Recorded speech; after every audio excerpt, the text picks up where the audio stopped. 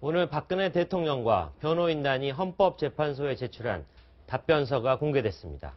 25페이지 분량의 답변서를 요약하자면 아니다, 몰랐다, 위법은 없었다는 말로 정리할 수 있을 것 같습니다. 네, 정치부 심정숙 차장과 박 대통령의 속내 자세히 짚어보겠습니다. 어서 오세요. 네, 어서 오세요. 네, 박 대통령의 답변서 자세히 읽어보셨죠? 네네. 그 답변서를 보면 자, 이번 국정농단 사태가 탄핵당할 이유가 전혀 없다. 이런 속내가 다분히 들어있는 것 같습니다. 그렇습니다. 한마디로 그 박 대통령의 답변서를 보면 검찰의 공소장은 검사의 의견일 뿐이고 네. 언론의 각종 기사들도 실체 없는 의혹 제기 그리고 여론조사나 촛불 집회 같은 것들도 전체 국민의 뜻은 아니다. 이런 인식을 확고하게 드러냈다는 걸로 요약을 할 수 있겠습니다. 네. 저희가 화면으로 준비를 해봤는데요. 여기 네. 보시는 게 바로 국회가 박 대통령이 왜 탄핵을 당할 수밖에 없는지 의결한 13가지 정도의 이유인데 네. 이 모든 것들에 대해서 박 대통령은 전부 아니다.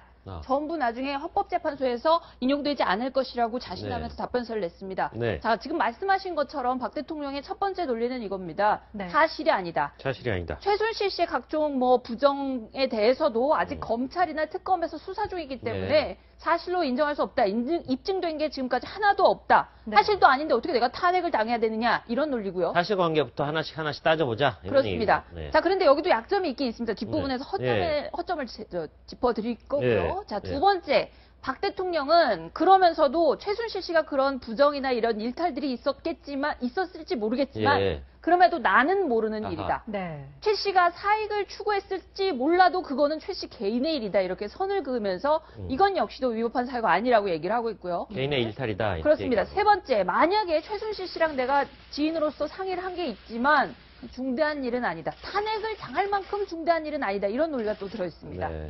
국민 전체의 이익을 위해서 나는 항상 최선을 다했다. 설령 최순실이라는 지인을 통해서 의견에도 미치지 않는 아하. 아주 극히 미미한 일이다. 이렇게 얘기하면서 이것 때문에 나를 탄핵한다는 건 굉장히 부당하다. 이런 얘기입니다. 네. 자, 그 다음에 오늘 탄핵 답변서에서 재밌는 부분이 있습니다. 지금 화면에 네. 나오는 건데요. 네. 자, 답변을 하면서 박 대통령이 최순실에 대해서 비선이다라는 식으로 역으로 인정한 대목이 있습니다. 바로 아하.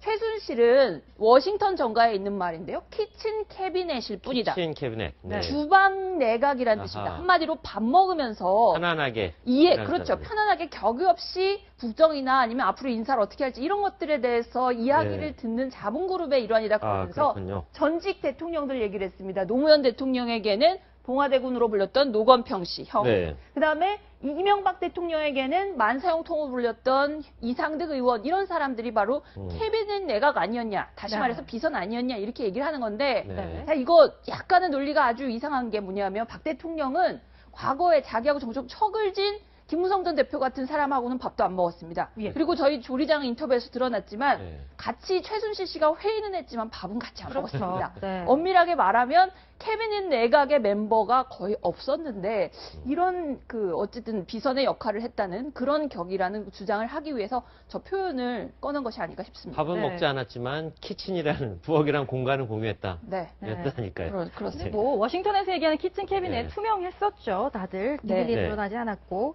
그 박 대통령 입장에서는 이런 건데 그렇다면 이거 얼마만큼 설득력이 있을까요?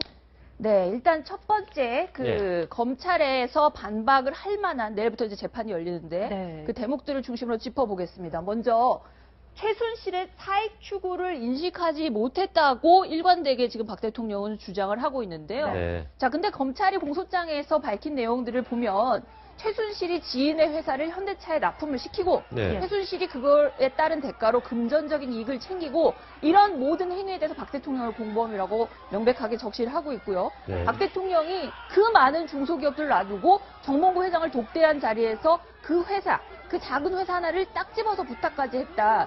일반적으로 이런 거를 우리가 특혜라고 하고 모든 그렇죠. 재판에서 그런 것들이 특혜로 유죄가 인정이 되거든요. 그렇죠. 그런데 박 대통령은 그게 아니라고 인식을 하고 있는 겁니다. 네. 자, 두 번째는 뭐냐면 최순실의 의견을 듣는 거는 사회 통념상 허용될 수 있는 범위의 일이다. 자, 대통령이 당연히 여론의 통로를 여러 가지 루트로 활용할 수 있습니다. 네. 혼자서 모든 걸 결정할 수는 없잖아요. 네. 그런데 그 의견을 듣는 수준이 국무회의를 개최하라. 그 국무회에서 안건을 뭐로 해라. 이렇게까지 얘기하는 거를 사회 통념상 용인할 수 있는 범위라고 할 수 있을까요? 대통령을 지시할 수 있는 사람은 없는 거죠. 네, 그런 안건까지 구체적으로 지시했다는 것이 정호성 전 비서관과의 녹취에서 다 지금 증거로 네. 제시가 돼 있는 상태이기 때문에 네. 검찰이 그 많은 뭐 여러 가지 중에서도 어쨌든 구체적인 지시가 그 박 대통령의 입이나 지시를 통해서 이어진 이런 것들을 가지고 몇 가지를 이거는 정말 심각한 국기문란이고 기밀누설이다 하면서 발표를 한 겁니다. 예. 자, 그 당시의 검찰의 그 중간 수사 결과 발표 내용 한번 직접 듣고 가겠습니다. 네. 사전에 일반에 공개되어서는 아니 되는 장 차관급 인선 관련 검토 자료 등 47건의 공무상 비밀이 포함되어 있습니다. 네, 그렇군요. 네. 자, 그 다음에 기업들이 자발적으로 출연한 것, 이 부분 역시도 박 논란이죠. 대통령은 네. 네, 계속해서 이거는 정말 우리는 그냥 진짜 좋은 일, 아주 국가를 위해서 좋은 일을 할 뿐이고 기업들이 네. 취지에 공감을 해서 알아서 낸 거다라고 하는데 검찰 공소장에는 모금액까지 할당을 해주고 모금액을 늘려라 뭐 이런 지시를 한 정황까지 드러났다고 하고 있습니다. 네. 만약에 불응할 경우에는 세무조사까지 당할 수 있다 이런 진술까지 확보를 했다고 하니까 앞으로 그 법률 공방, 그러니까 법정에서 이 부분이 치열하게 다툼이 있을 걸로 보이고요. 자, 이렇게 조목조목 반박을 하면서 말미에 결정타가 나옵니다. 박 대통령이 내가 탄핵당할 만한 이유가 아니라고 생각하는 이유 네. 뭐냐면 자, 과거의 판례를 봤을 때 대통령이 탄핵을 당하는 경우는 국민의 신임을 배신해서 국정을 담당할 자격을 상실한 경우에만 아주 제한해서 탄핵이 정당화된다고 합니다. 네. 그런데 박 대통령은 이거랑은 전혀 상관이 없다고 주장을 합니다. 나의 경우는 국민을 배신하지 않았다. 이 얘기입니다. 자, 그렇다면 대통령의 지지율이 왜 4%, 5%에 그친 건지 이 부분은 굉장히 미스테리해질 수밖에 없는 겁니다. 네. 아직도 박 대통령의 8주 연속 계속되는 촛불의 민심에 대해서 조금 둔감한 건 아닌가 하는 생각이 드는데요. 네. 자, 박 대통령이 세 가지 결정적인 논리의 흠결 지적해줬는데 박 대통령이 이 논리 구조를 보면 과거 언젠가 우리가 한번 들었던 어떤 이야기를 연상케 한다는데 그게 무엇입니까? 네, 그게 뭐냐면 이제 네. 바로 최순실 씨의 부친이죠. 2007년에 대선 후보 경선에 나섰을 때 박근혜 후보가 가장 집중적으로 받았던 질문이 바로 최태민 목사의 각종 부정과 추문에 대한 것이었습니다. 예. 네. 이때도 박 대통령은 세 가지 논리로 맞섭니다. 사실이 아니다. 나는 몰랐다. 그게 뭐 그렇게 잘못한 뭐 일이냐. 중요하냐? 예. 자, 답변하는 모습을 잠시 한번 보겠습니다. 보시죠. 네.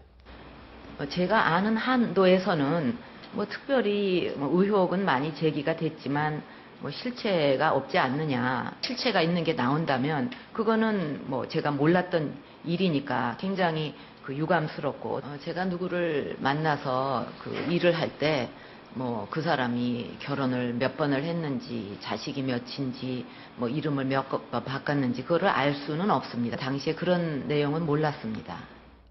똑같네요. 네. 그렇죠. 당시에 이렇게 네. 박정희, 그러니까 부친인 아버지 앞에서 친구까지 할 정도로 굉장히 큰 문제였지만 최태민이 그런 사람인지는 몰랐었다 이렇게 얘기를 하는 것이 네. 굉장히 지금하고 논리 구조가 비슷하다는 생각이 들고요. 네. 그리고 뭐 그런 얘기도 합니다. 유경재단을 전횡해서 원성이 자자했다 이런 소문에서 어떻게 생각하느냐. 전횡을 해서 그래서 나쁜 일을 한 게 뭐가 있느냐라는 예. 그런 좀 약간 이해하기 힘든 반박을 네. 하기도 했습니다. 그렇습니다. 네. 그 한편으로는 저희가 이제 채널 A가 최순실 씨 최근 신경 단독으로 전해드렸는데 이 네. 박 대통령하고의 그 좀 다른 것 같으면서도 네. 비슷한 이런 신경이에요. 약간 저도 헷갈립니다. 그렇죠. 이게 최순실 씨 네. 측근에 따르면 네. 내일 첫 재판을 앞둔 최 씨가 이 촛불 집회 소식을 들으면서 공포스럽다, 겁난다 이렇게 얘기를 했다고 합니다. 지금 화면에 네. 나오는 건데요. 일이 이 정도로 커질 줄 몰랐다.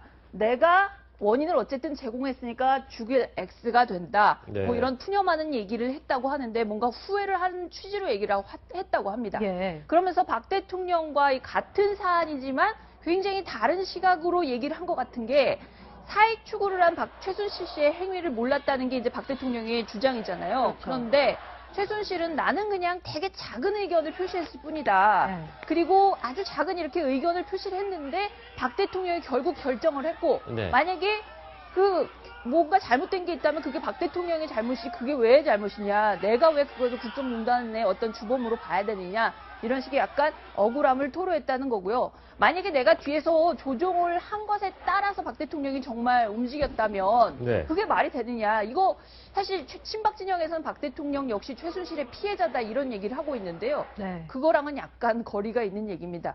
자, 어쨌든 최순실 씨가 박 대통령의 주장을 반박하려는 게 아니라 사실은 둘이 약간 비슷한 얘기를 하고 있는 걸로도 보이는 게 자, 박 대통령은 그 최순실 씨에 대해서 나랑 눈도 못 마주치는 사람이라는 시각으로 얘기를 한 적이 있잖아요. 네. 뭐 한마디로 뭐 세간의 말로 무술이나 신여급이지 나한테 그렇게까지 영향력을 미칠 수 있는 네. 사람은 아니다 뭐 이런 얘기인데 어쨌든 뭐 두 사람이 그런 면에서 나는 조그만 의견을 표시하고 박 대통령은 내가 다 정권으로 하고 저 사람이 얘기한 거는 그냥 그 중에 하나일 뿐이다. 네. 대단한 사람은 아니다. 그래서 나는 탄핵당할 만한 그런 지금 사안이 아니다. 이렇게 주장한다고 볼 수 있겠습니다. 네. 네. 결국 내일부터 세계의 재판이라고 할 수 있는 최순실 재판이 시작됩니다. 법정에서 어떤 얘기를 할지 상당히 주목됩니다. 네. 지금까지 정치부 심정숙 차장이었습니다. 수고했습니다.